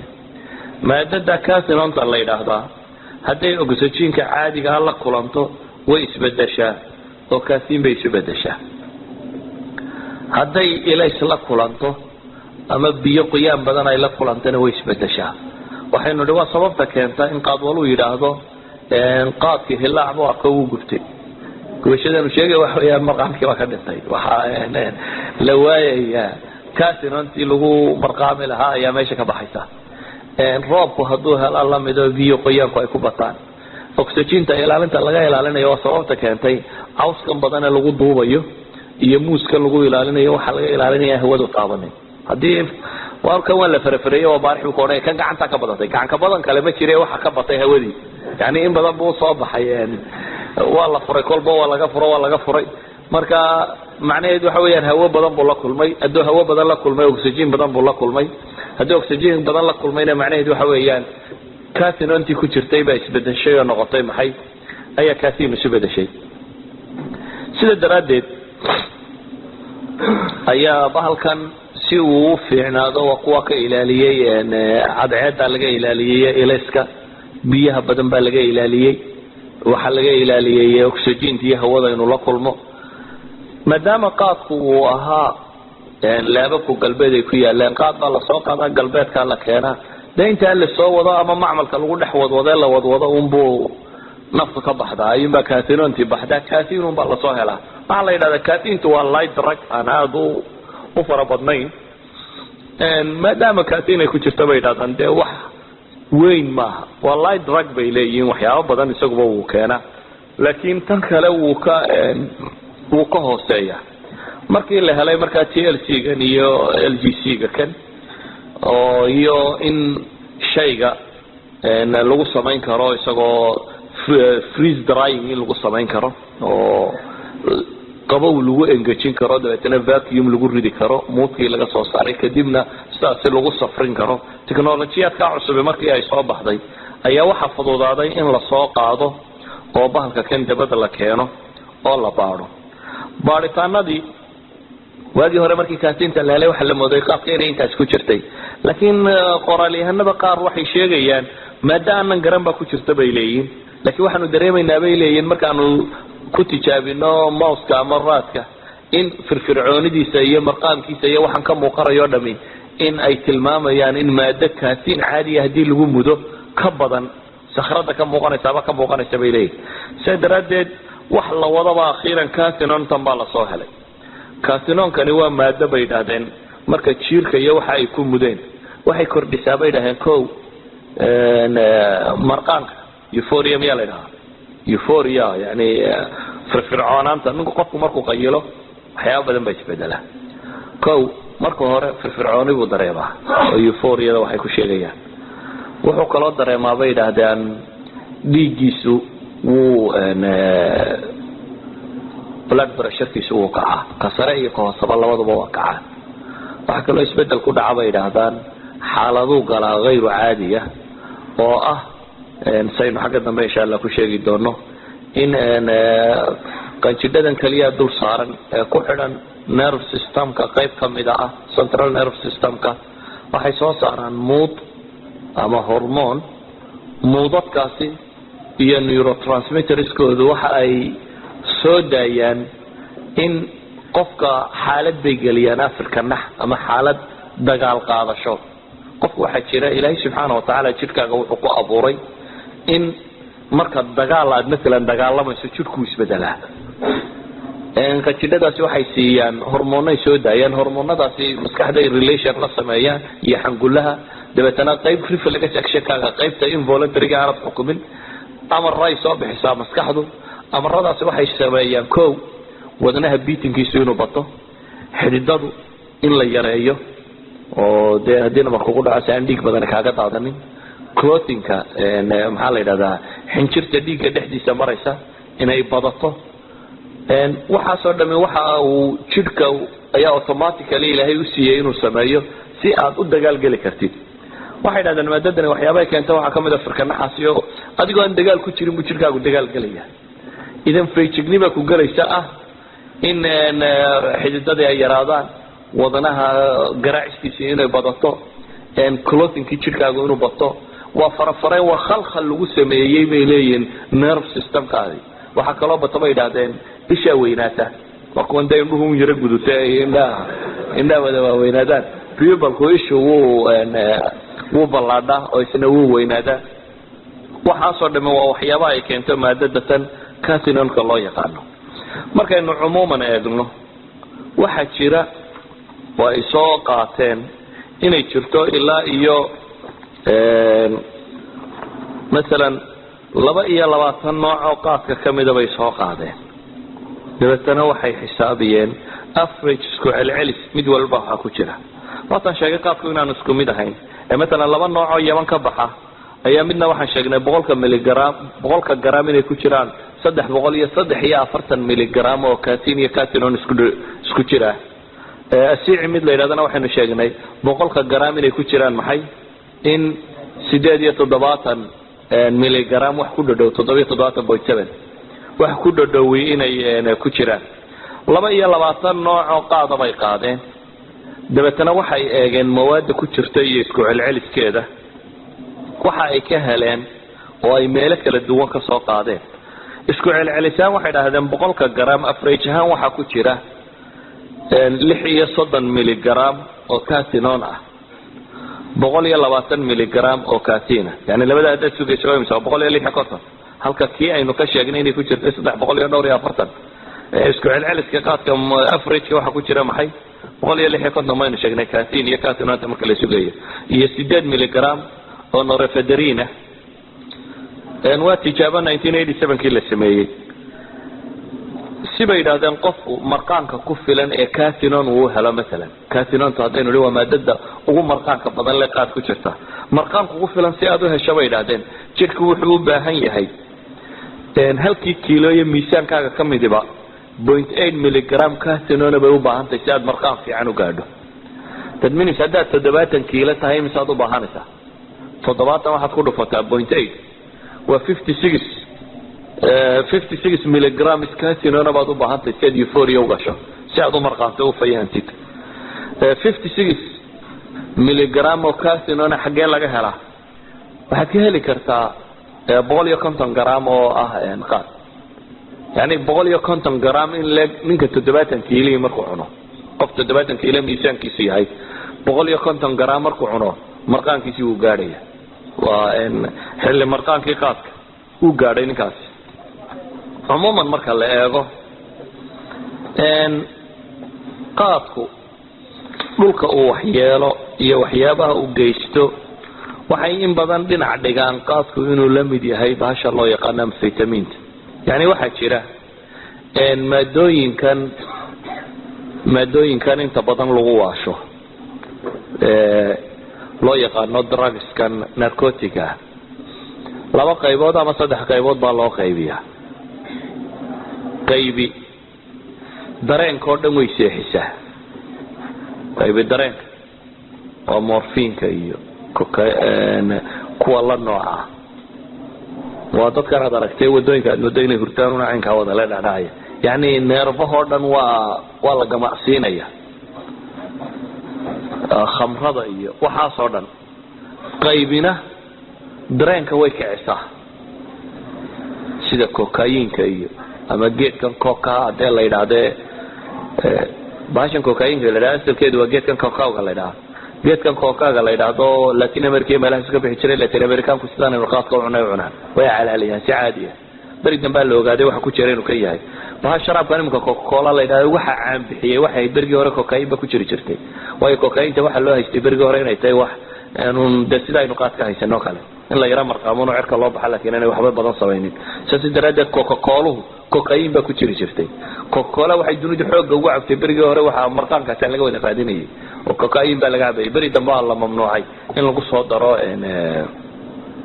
cocaine-ka in lagu soo daro beri dambe laga mamnuucay على كل حال مواد قاركود waxay sameeyaan nervayaasha oo dhan iyo dareenka way kicisaa qaarna dareenka hoos bay u dhigaan qaarna hallucination bay sameeyaan khayaal buu qofku arkayo dubaabkan ay sheegan qaafo kala yani un kuwa sheega bisad ba meel gashay iyo waxaan sheegaan waa hallucination wuxuu qofku isbootinayo saddexda qaybood ba inta badan waxyaabaha narcotic ee la isticmaalay sameeyaan waxa jirta maadadan amphetamine-ka la yiraahdo apple noun la yiraahdo jarmal aha ayaa 1887 soo saaray waa maado synthetic ah oo yani macmala maadooyinkan labka lagu sameeyo maado kamid ah wuxuu bixiyay marka commercial name-kii lagu iibin jiray daawo ahaan benzendrin baa la oran jiray ninka kani apple noun daawada tan ama bahashan wuxuu soo saaray in lagu daweeyo dhowr shay waxa loo isticmaali jiray kow narcolepsy-ga lagu daweyn jiray narcolepsy-gu waa xanuun dadka ku dhaca waa xanuunkan keena dadkan meelaha iska seexdo qof xanuun ku dhacaya marka hurdadu ma ka badanayso soo isaga socdo buurdo jirka kala dhacaya halka TV-da programo laga soo duubayo inaad aragto qof markasta iska gamaya xanuunka noocaasiya ayuu ugu talagalay inuu ninkan ku daweeyo waxay kaloo bariga moodayeen inay wax ka tarto depression-ka oo ah walaaciyo walbahaarka waliba gaar ahaan ku keeno maandooriyaasha waaweyn opium-ka iyo waxa dadkii cabi jiray ku mamay marka la rabo in laga daweeyo ayaa waxa la siin jiray amphetamine-tan waxa kaloo daawada tan ay waaga u isticmaali jireen inay tahay depressant appetite-ka inay yarayso oo cunada ay yarayso amphetamine-tu markaasi exactly waxay u eeg tahay saddexdan bahale qaadka ku jira norepinephrine iyo caffeine iyo casinonta saddexda iyo amphetamine-ku waa ishabahan chemical structure-koodana farq aad u yar baa u dhaxeeya waxa ay keentaba yiraahdaan amphetamine-kani marqaan bay leedahay hore oo qofku marka hore uu firfircoonaado oo fududaado laakiin bay yiraahdaan uu ka dambeeyo hadhow daal iyo wahsi iyo caajis badan waa qaadirada yani marka hore maqaan bay leedahay marka dambana qaadiro badan bay leedahay waxay leedahay qofku inuu ku maamo addiction qofka bartaa inuu dependency inuu ku xidhmo oo ku namo waxay keentaa bay yiraahdaan lagu bartay xanuunada depression-ka qayb loo yaqaan way keentaa waalida psychosis-ka qaar kamid ah way keentaa schizophrenia ودك ugu mama way ku keentaa bay dhahay marka ugu dambeeya waxay leedahay baa la yiraahdaa mood ama hormoono iyo neurotransmitterska oo soo daayaan kuwa qajidadu kaliyuhu u eeg oo xangulaha iyo maskaxda warbeena u sheega oo dabeetana qofkan firkanaxan xaaladan aynu sheegaynay galiya waxay dadajisay bay dhahdeen wareegga dhiigga waxay farafareen ku samaysaa bay dhahdaan shaqaday maskaxdu qabanaysa khalkhal galin waxay ku samaysaa bay dhahdeen xangulaha iyo maskaxda taasoo keenta addiction kan waxay u dhigantaa bay dhahdeen cocaine-ka iyo wixii la mid ah casinoonku waxay leeyihiin typically tanbay ku dhadhowdahay walidaalika ayaa waxaa jira kaasintan iyo kaasinoonka kan maymukun baa la ogaaday mise horaba waxbaa looga ogaa waxaa jira inkastoo kaasinoonka aynu nidhi imika la yaqaano qaadka ku jira qaadka laga soo saaray Sharono iyo Steninger ay 1978 soo bandhigeen haddana waxaa la ogsoon yahay maado la yiraahdo methacasinone oo drug streetka lagu isticmaalo inuu jiro maadadaasi oo qoraalan ka soo saaray internetka ama Maxamed Cabdiba buugiisa uu ku tilmaamayo oo ah jalino ninka la yiraahdo wuxuu leeyahay markuu maadadan ka waramayay oo hadda la mamnuucay ayaa waxa uu tilmaamayaa qoraal uu ka helay nin aqoonyahan Russian inuu u sheegay maadadatani in Russianku uu hore u yaqaanay waqti hore uu arkay oo ay ahayd maado waqti hore Russianku isticmaali jiray dagaaladii iyo waxa uu adeegsan jiray laakiin encyclopedia la yiraahdo free dictionary ee websiteska ku jira mar aan baaray isagu wuxuu ku tilmaamayaa in Jarmalku ay ogaadeen oo maadada soo saaray 1928 waa mas'alada Maxamed Cabdi uu leeyahay aniga shaki badan baa iga jira buu leeyahay maadaama amfetaminta horena ay soo saareen in Jarmal markan dambana waxyaabo badan oo ku saabsan bahalkan ay Jarmalku ogaayeen inay kaasinoontaana hore wax uga ogaayeen oo ay maca amfetaminkana wax la macmalo qaad laga qaatay inuu yahay shaka ku jira buu leeyahay laakiin qolada dictionary waxay sheegayaan 1928 methacasinone-ka inay soo saareen Jarmalku kadibna 1930s iyo 40s inuu isticmaali jiray Soviet Union iyagoo isticmaali jiray maado cunnada lagu yareeyo inay tahay 1960s kiina asad drug loo isticmaalo ugu horreyn waxaan jeclahay inaan sheego maadadan casinone-ka la yiraahdo ee qaadka ku jirta who qaybtan drug ku saabsan markay mawaada category bay leeyihiin mawaada mukhadaraadka ah who waxa ay ku qortay 1980gii casinone-ku inay tahay mukhadaraadka kow bay kaga jirtaa yani mukhadaraadka waaweyn ayay meel kagala jirtaa casintana 1971kii waxa ay ku dareen inay tahay daraga qaybta saddexaad bay yara ka dhigtay idan waa laba maado labaduba qaadka ku jiraan ayaa midna waxay qoran tahay drug number 1 midna waxay qoran tahay drug number 3 category-ga qaadku uu kala drugsku ay u kala sareeyaan marka la eegayo who marka aan tago DEA waa Mareykanka Drug Enforcement Agency-ga kuwana ay yiraahdaan waa qoladan qiimaysa drugska Mareykankana maadada casinone-ka la yiraahdaa isagana waxay ugu jirtaa group 1ka drugska waaweyn halka ay ku jirto ayay isagana ugu jirtaa waxa la mid ah maadada methacasinone oo ah casinone-tii oo lagu sameeyay labka lagu diyaariyay oo markaa macmala oo waliba ay leeyihiin waa macmalada sida fudud loo sameyn karo oo waliba la tilmaamayo inay dunida maanta aad ugu faafsan tahay oo Russia iyo dhulkaasi iyadoo chef la yiraahdo iyadoo chef yiraahdaan magacyo badan ay u kala bixiyeen ayaa la isticmaalaa methacasinone-ta idan methacasinone iyo casinone iyo waxa la nooca oo dhami Mareykanka jadwalkiisa si DEA-gu wuxuu ku qorayaa inuu yahay maxay drug number 1 who-na waxay ugu qorantay inuu yahay drug number 1 casinka oo maadada kale ku jirta bahalka ah who waxay ugu qorantay inuu yahay drug number 3 midna 1980gii bulletin-ka soo saartay ku qortay midna 1971 bulletin-ka ay soo saareen ay ku qortay marka aan soo duuduubo waxa kan aan soo sheegnay haddaan مثلا soo qaato warbixintaasi ay qoreen saddexdan dhakhtar ee aan sheegayay ee symposium-ka ku soo bandhigayay oo ka waramayay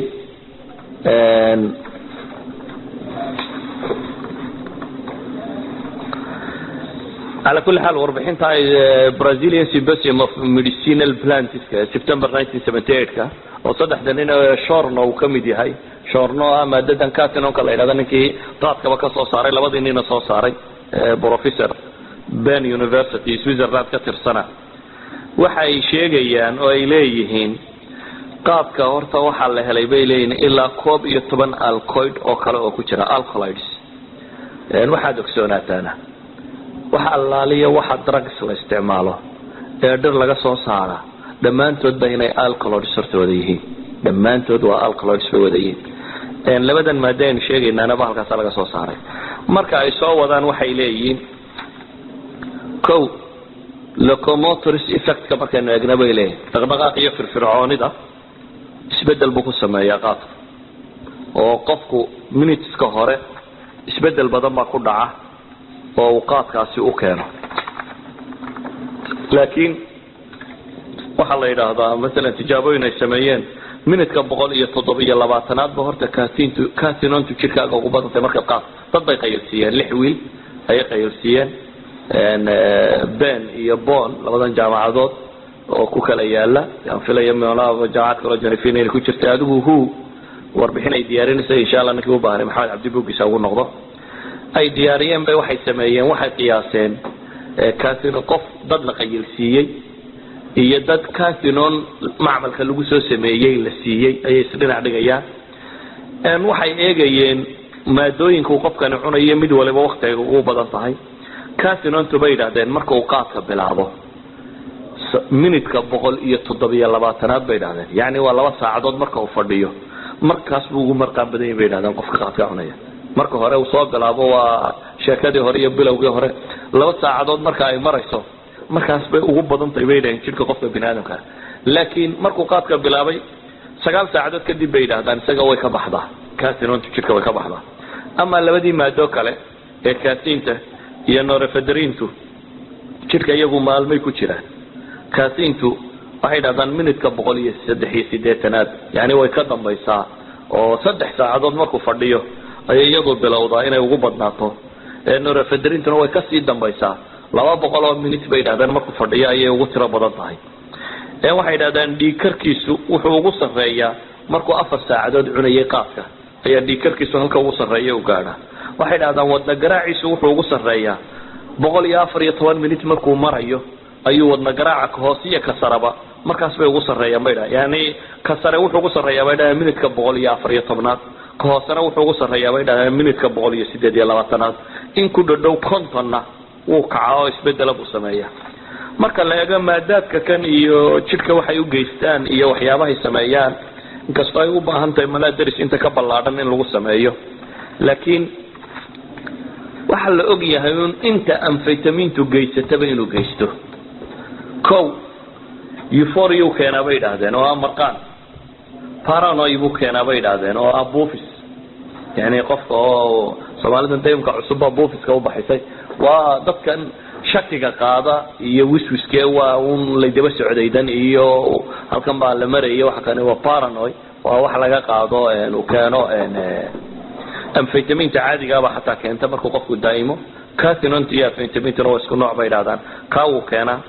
wuxuu keenaa bay leeyahay kansarka ku dhaca waa sida ay qirayaan 3 nin symposiumkaasi markay yimaadeen iyagu ase kansar uma magacaabin qoraa kala baad tilmaamaya kansar u magacaabaya laakiin iyagu waxay leeyihiin wuxuu waxyeelaa ciridka afka hunguriga iyo caloosha intaba wax uu yeelaa bay leeyihiin intaas ba xanuuna ayuu u geystaa waxyaabaha maadadan ku jirta kale qaadka maadooyinkiisa ee ku jira ilaa 9 nooc oo kale ayay tilmaamaan oo alkaloids kala tiro badan ayaa ku jira waxa kamid ah mesela tribinoids ka kuwa la yiraahdo tribinoids waa maado saliida ku jirta oo uduga qaada qaadku xoogaga yare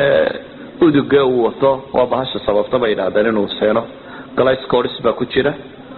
dabar ama bond oxygen ama nitrogen wata oo marka la calaaliyo kadib sonkor isu bedela waxa ku jira tannin acid waxa weeyaan waa acid lagu magdiyo haraga marka la magdinayo acid lagu magdiyaa tanninka la yiraahdo waxa ku jirta qaadka waxaana yiraahdaan possibly wata ugu badan bay yiraahdeen iyada iyo kaasintu waxa laga yaabaa bay yiraahdeen possibly waxa ugu badan ee ciridkan iyo ilkaha dadka ka rida hunguriga xanuunada ku dhaca keena afka xanuunada ku dhaca keena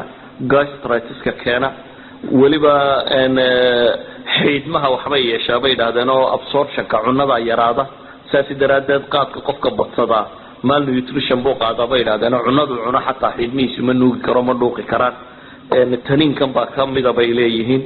waxa uu taniin acidkan ay keentaa bay leeyihiin oo kale iyo caffeine-tu constipation kay keenaan waxay keenaan bay leeyihiin anorexia oo ah cunno diidka ama dadka oo appetite-ka cunada qofka ku yaraada waxay kaloo keenaan bay leeyihiin haddii la daa'imo male reproductive-ka inay wax yeelaan waxaa jirta war laga yaabo inaa wada maqasheen oo dee haddii qaadka in yar loo soo helo dunida oo dhan baa lagu baahiyay waxaa laga yaabaa inaa maqasheen war laga soo saaray nin qoraaya oo aan rajaynayo professor ingiriisa oo jooga King's College-ka London Lynn Fraser la yiraahdo waraaq uu soo bandhigay oo uu keenay urur ay leeyihiin EU-du oo lagaga wada hadlo urur ku saabsiisan maxaa la yiraahdaa waxaan rajaynaya inuu ku saabsiisan yahay dhalmada iyo wixii ku saabsiisan urur ah oo la isugu yimaado research very dhaweyd soo bandhigay uu sheegayo BBC da Soomaaliga inay ka dhigaysatay ma rajaynaya uu sheeganayo inay kordhiso maaddo ku jirta qaadka gaar ahaan maadooyinka oo dhan ma waa caffeine-ta qayb ka mid ah wuxuu leeyahay waxay ka qayb qaadataa laba shay oo capacitation iyo acromegaly of reaction ka waxay yiraahdaan oo ah manida raggu waqti u baahantay inay ku gaadho bisaylkeedii fertilization-ka ay samayn kari lahayd waqtiga marka ay gaadho waa waqtiga sperm-ku koofiyad yar buu leeyahay koofiyada uu tuuro hal xabo qura ka dhaca marka sperm-ka halka xabo wuxuu ku dalooliyaa beedka oo beedka qofku leeyahay si uu gali karo ilaahay xabad yar buu siiyo qolofta inta ka foqdo buu dalooliyaa markuu ku guuleystay inuu dalooliyana beedka gudihiisa uu galay marka fertilization ka dhacaya wuxuu ninkani ku doodayaa jiir la qayilsiiyay oo caleen qaadi wax loo dhigay ama kaatiin lagu muday ayaa tijaabinay waxaan soo helay buu leeyahay in markaas ay caawin karto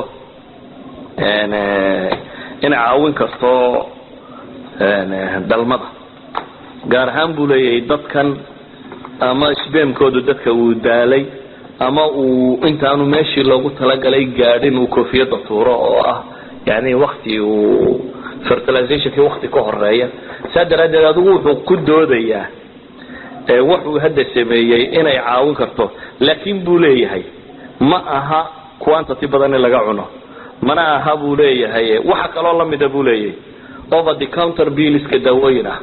over the counter pills waxa weeyaan dawooyinka aan loo qoran reception-ka intaad farmasiga tagto la gato ala kulli xaal waxa kaloo jirta buu baxsiga qaybta dambe waxaad moodaa dadku inay iska dhamaraan oo ma jecla inay sheegaan iyadoo la qabo buu yidhi oo ay jirto in la rumaysan yahay qofka in badan daa'ime in badan bahalkan cuna in ay raganimadu ka tagto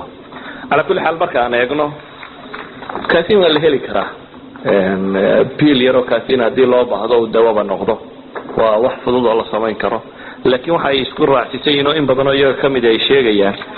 inuu importance keeno qaabka oo ah waxaana yidhaahdaan ED-ga inuu wax yeelo waa erectile dysfunction-ka inuu sameeyo ama inuu ninku bahalku uba kici kari waayo waxay kaloo yidhahdaan wuxuu keenaa markuu badsado inuu manida kaadida raaciyo oo markuu kaajayo manidu ay iska soo daato wuxuu keenaa bay leeyihiin inuu dumarba ka hijroodo oo iska daayo marka haddii la yidhaahdo maada ku jirta meel wax ka caawisa macnaheedu maaha inuu daawo qaad yahay qaadku sidii buu poison u yahay waxa badan ee ku jira runtii waxaan jeclahay inaan kasoo kaabsano waayo wax badan oo kamidi waxaad moodaa more scientifical inay yihiin oo qofka caadiga aan hore ula soconin inay ku dhib badan tahay erayo badan oo meelahan ku qorqoran ama nimankan ay sheegayaan si fiican loo fahmo laakiin markaan warkiisa soo duuduubno waxa weeyaan maadooyinka qaadka ku jira aan soo sheegnay waxoogaa amino acidsna waa ku jiraan ascorbin acidkiina waa ku jira ascorbic acid oo vitamin C ga qayb yar ka mid ah oo ku jiraan laakiin marka la eego saddexda maado aynu soo sheegnay oo ah maadooyin walafna keena maanka dooriya pressure-ka kiciya wadna xanuun sameeya xanuunada afka iyo ciridka iyo ilkaha sameeya de kuwa ninka halka ku sawiran baa kaga filan ninka halka ku sawiran Soomaaliya ee afkala ee qaadka haysta waxa la igu yiri sawirkan waxa laga soo qaaday museum-ka Kenya ee Nairobi waxa ku qoran baa la yidhi typical Somali waxa ku qoran qofka Soomaaliga ah sidii weegi dadka mid qaad haysto inta abala ay soo sawireen oo Soomaaliyeed oo qoslaya waxa وانا افلا او اي لي واتيك الصومالي جاي كنت الماضيه على كل حال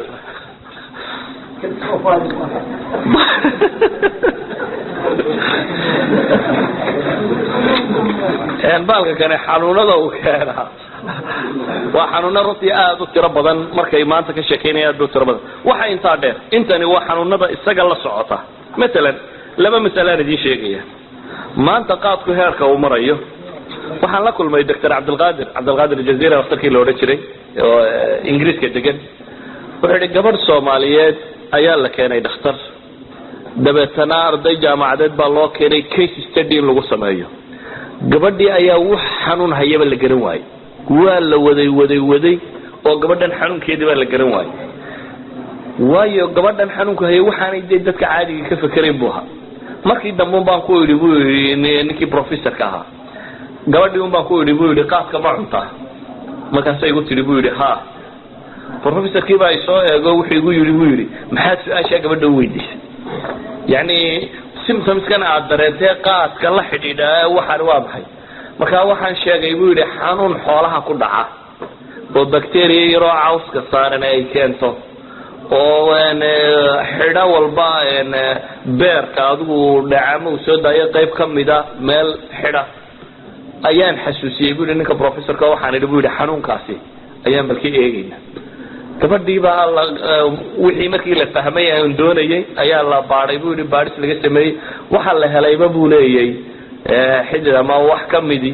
in bacteria-daasi cawska saareed ee xoolaha ku dhici jiray waxaan bini'aadamka ma ku dhicin ayaa laga helay buu leeyay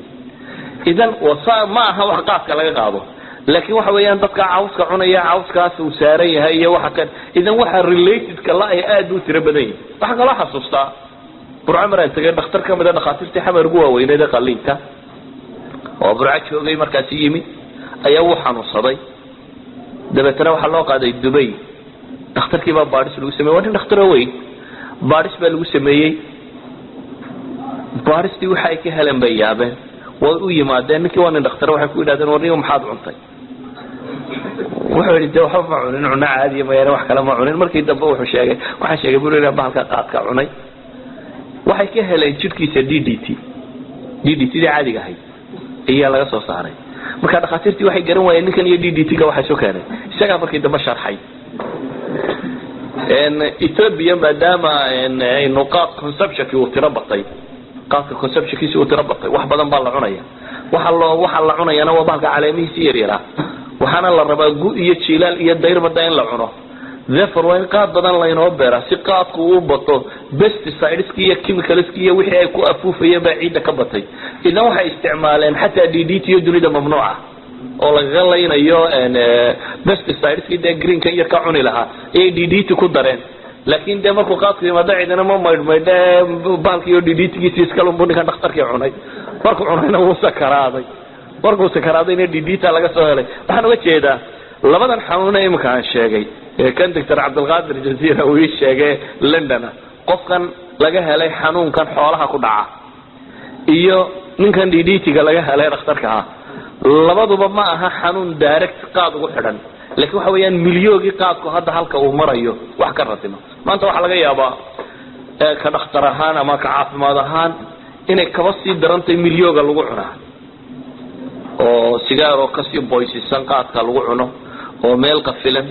oo dad diseases wada qabaynta sakbarta hal qof oo tiibay qababa de waa ogtiin in lagu yiri meelkan oo Soomaalidu ay gasho Abdullahi Bardo wuxuu sheegay in mar booliisku weeraro uu qabtay 12 baa la qabtay 8 baa laga helay miyigu yiri TV يعني waxaan ka soo sheegay intii booliisku qabtay intii cadamayntii la qabtay ayuu number badan ii sheegay in laga helay TB laga helay macnaheedu ma ahayn dadka Soomaaliyeed oo dhib TB qabaan ee wax weeyaan qof qoro qaba ayaa sareeyay maadaama environment xidhan oo qafilan uu yahay meeshan waxaan lagu cunayaa hal qof oo qaba ayaa sareeyay su'aasha marka aan u socdaa waxay tahay qaadka maxaynu ka yeeli karnaa anu kama waramayo qaadku ma xaraam ama sawa xalaal way haduu wuxuu yeelay la garto waxaan u maleynayaa wuxuu noqonayaa in dadku wada garanayaan maxaynu ka yeelaynaa waxaan idin xasuusinayaa hal qisaan idin ka waramaya qaadku wuxuu inaga taagan yahay halkii uu ka taagnaa opium ku China ma maqasheen waxa la yiraahdo opium war waxa jirtay wadanka China la yiraahdo opiumka baashan la yiraahdo ayaa waxoogaa dadku cabcabeen China qarnigii 19aad bilowyadiisii yani 18 something ayuu wuxuu noqday dad dhaqaalihiisuna xoogaystay soo tira batay Yurubna wuxuu ka iibin jiray saddex shay oo faa'iido u lahaa wadanka wuxuu iibin jiray waxa loo yaqaano shaaha madow oo Ingiriiska ka iibin jiray Ingiriiska waxay dhaayeen waqtigaas sidoo caan ugu ahaa sikadii kasta bay dhaadeen ugu yaraan saddex shiyos ba ku yaalo oo loo oran jiray bay dhaadeen t-shirts oo shaahiir roo kala nooc u iibiya shaaha waxa loo yaqaano China iska lahaa meel kale markaa ka bixi jiray ma jirin wuxuu kale ka iibin jiray Yurub China silver ka baashan la yiraahdo silver ma aha silk xariirtu ka iibin jiray wuxuu kale ka iibin jiray porcelain dhoobada weelkan aynu dhaano dhoobu ka sameeyay weelkaasi buu ka iibin jiray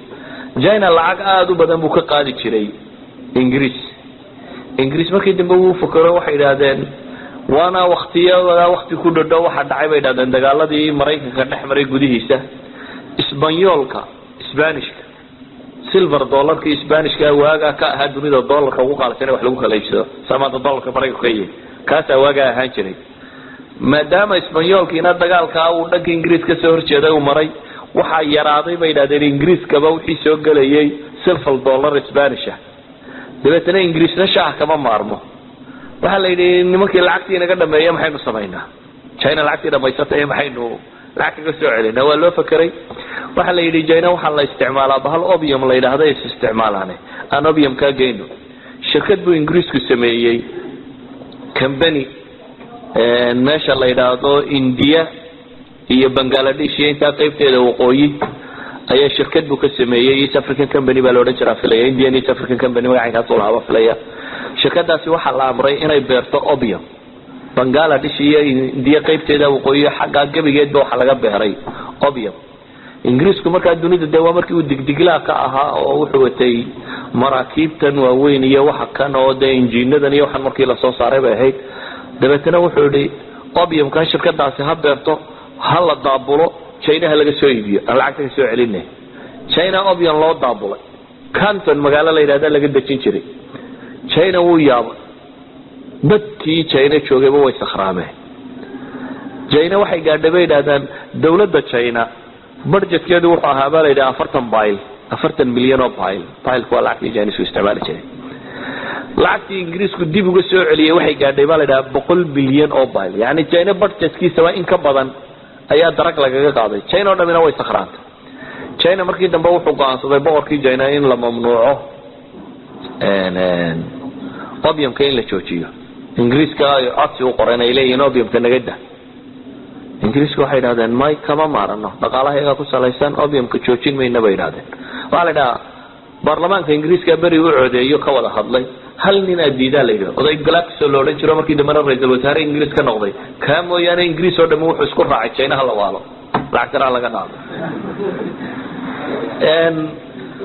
Ingiriisku ku waday China uu waday bahalkii China markii dambe wuxuu isku dayay inuu xoog isticmaalo uu joojiyo Ingiriiska dagaal buu ku qaadayba opium war dagaalkii loo oran jiray baa dhacay 1939 ilaa 1942 ayuu dagaalkaasi socday markii uu 3 sanadood in ka badan dagaalkaasi soconayay ayaa China warmay way ku dagaalameysay iyo wax fudud ninkanina markaa madaafiicdii wixii uu sameystay buu haystay China la jabiyay dabeetana heshiis baa China laga saxeexay awal hal magaalo ka gali jiray ee inuu sameeyo 5 magaalo oo free port ah oo aan haba yaraatee la xukumi karin wax kasta laga soo dejiyo halkay magaalada ahayd China waxay saxeexday treaty labaad oo ay 5 magaalo u baahan ka soo dego Faransiiska iyo Mareykankuna waa ogaadeen oo yana way dhinac ciriyeen China France iyo Mareykan iyo Ingiriis bay ugu tageertay obiya mugo iibiya dib baa loo waalay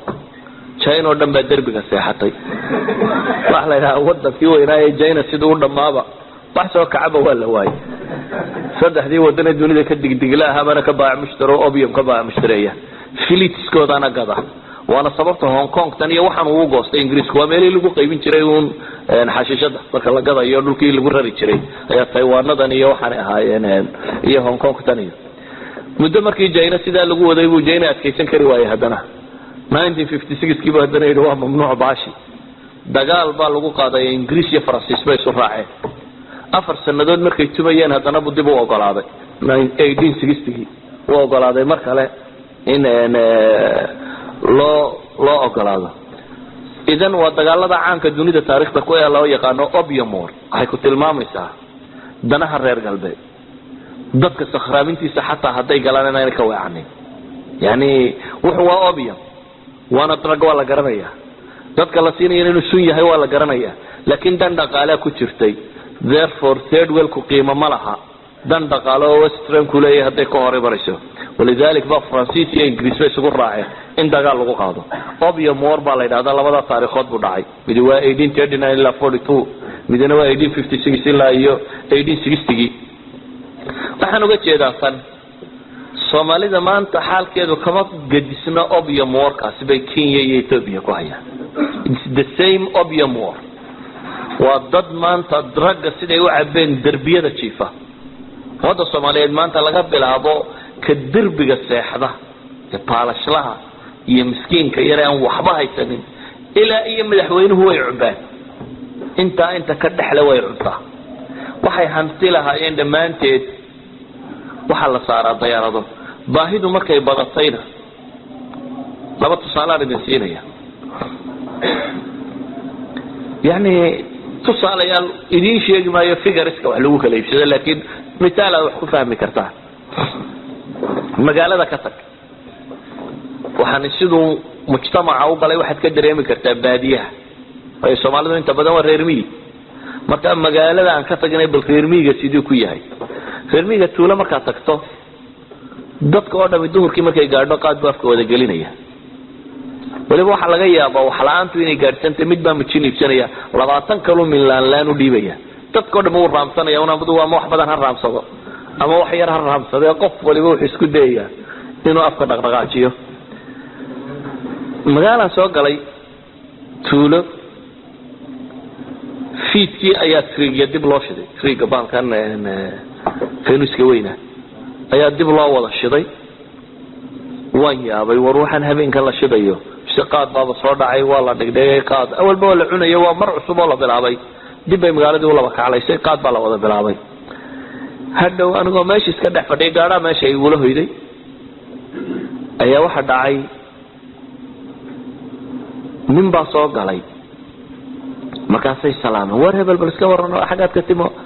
wuxuu leeyahay geeli baan wado geeli markaan soo xareeyay ayaa soo mujin doontay buu yiri geel buu habeen 9 habeenimo ka socda intuu soo xareeyay uu ka soo qaatay markii uu intii sheegay oo fadhiistay baa odaygii ugu da'weynaa baan filayaa wixii meesha fadhiyay nin madaxa iyo garh kuba cadaada sheekeeyay markaas uu yiri wixii aan bergi dhaweyd xoolaybiyay intu malaayiin xoolaashe malaayiin lacag sheegay inta waa dhaaranaya moohaar haduna reer hebelsi moohaar kuwa gadba nuskeed waa 25 kiilo meelaha intaas oo aan agoontii reer hebelsiyay iyo 200 kun oo walbaan hebelsiyay meena intii kala buu qaad baan ku cunay wakii ugu weynaa aniga kuwii la yaaban baan dhaafay habeenniman hadana tuulo kale u hoyday tuuladii kale ayaan sidii reer agtiisa deganaa abtigay baa agagaarkiisa deganaa balad ka eegtid waan soo galay tuuladii mise waxa fadhiya mid aan ilmaabtinay wariya bal war xagaad ka timi wuxuu yiri wasagaalkii habeenimo markaan geeli soo xareeyay reerkii uu lisay caanay wal maalay ayaan ka soo mijin doontay buu yiri reerka markuu xoolii u xareeyay buu soo mijin doontay anigoo intii la yaaban ayaan Hargeysa ku soo noqday nin baa ii warramay markaa wasiira xuguudi tuulan tagnay aduu shaaku ii sheegay wuxuu tilmaamay inuu magaalooyin soo maray geelashu bil qaado furanayeen geela neef geela la soo qabanaya wala qiimeynaya naagta qaadolaaba ninka qaadolaaba loo qiimeynaya dabeetana neefka la sii deynaya geela wala raacaya ninkani maalin kasta meeshu imanaya laba jinjaada la siinaya buuga loogu qoraya waa neefka geela soconaya wuxuu cunaya markuu dhameeyo gugu daaba inaan yar la diraya geelashi reerko dhan mid iyo neef baa laga soo reebay war waxaan oo geelo la reebay waa waa inta qaadka lagu cunay geelashi reerko dhan oo nool ayaa qaad la siistaa waxa uu ii sheegay in dhirta xataa lagu qayilo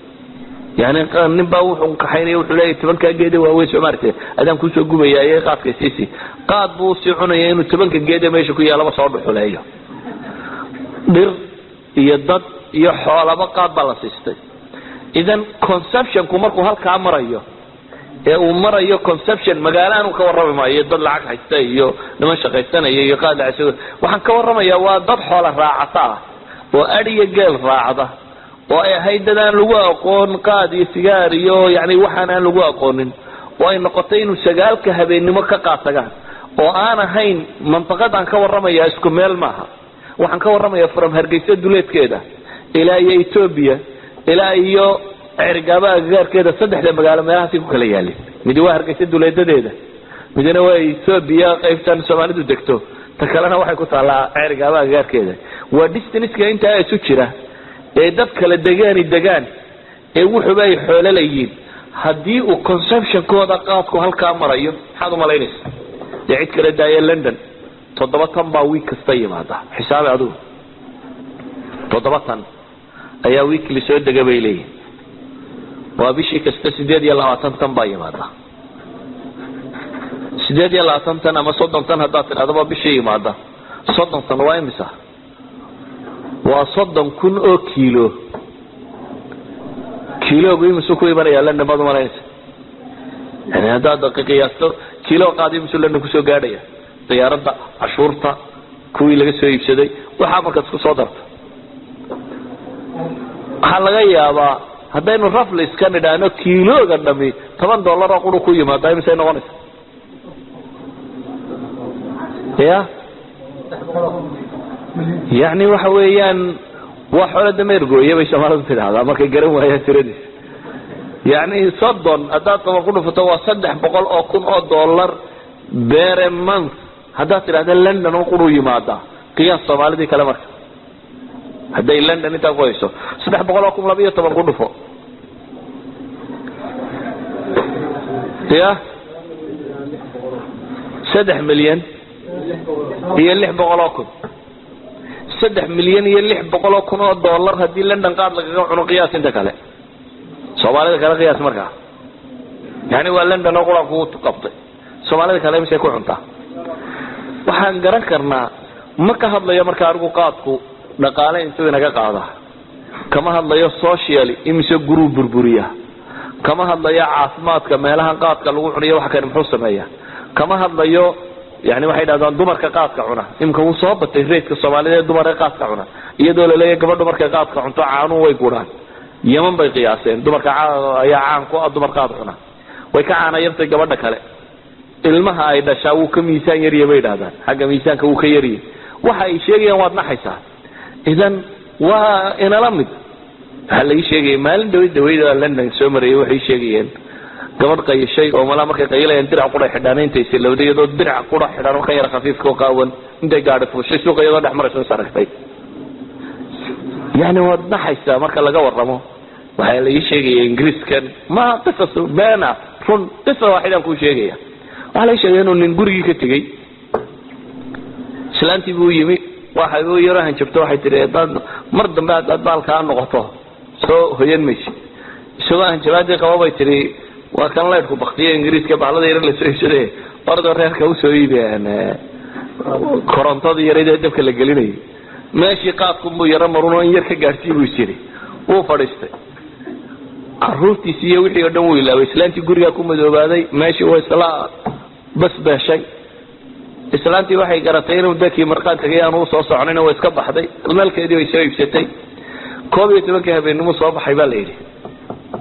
oo xasuustay inuu reerka ka yimi meeshii dadna 12 habeenimo soo cararay gurigii hore oo ingiriiska ku daafadan la tuuray bacmado inta lagu gala meesha la horriga way soo tagay la wana waalane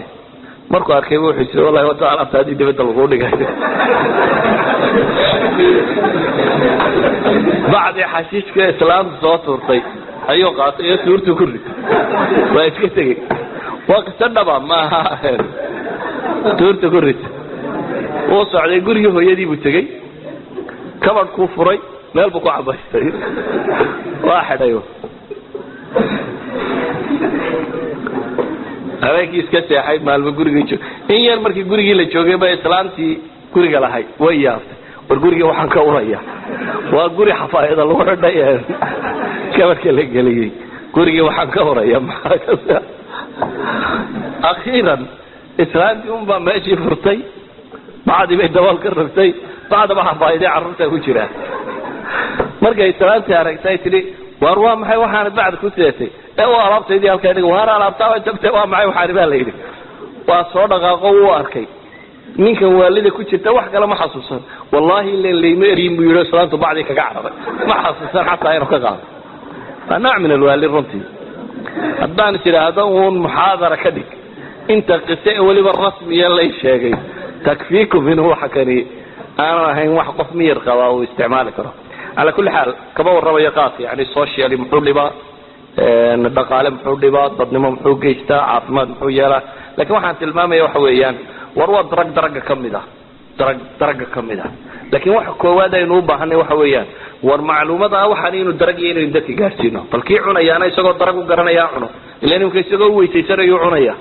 laakiin ha gartay inuu kookayinta waxaan la weysaysanaya ama kookayintiisa markaa ha weysaysta ma iska daayo laakiin inaynu gaarsiino mujtamaceena waxaan inuu darag yahay daragnimadiisuna ay caddahay aanay muran u baahnayn ee scientifically la proof gareynay inuu darag caadi yahay kaasina inay tahay dragaasi maanta ka qoran dunida oo dhan ama dunida qaybo badan oo kamid ah ka qoran maxay drug number 1 ay ku qorantay idan waxaynu u baahanay bulshadeena inaynu waxa kan geedkani wuxuu yahay Soomaali wari may baranayna inuu baro wallahu a'lam billahi tawfiq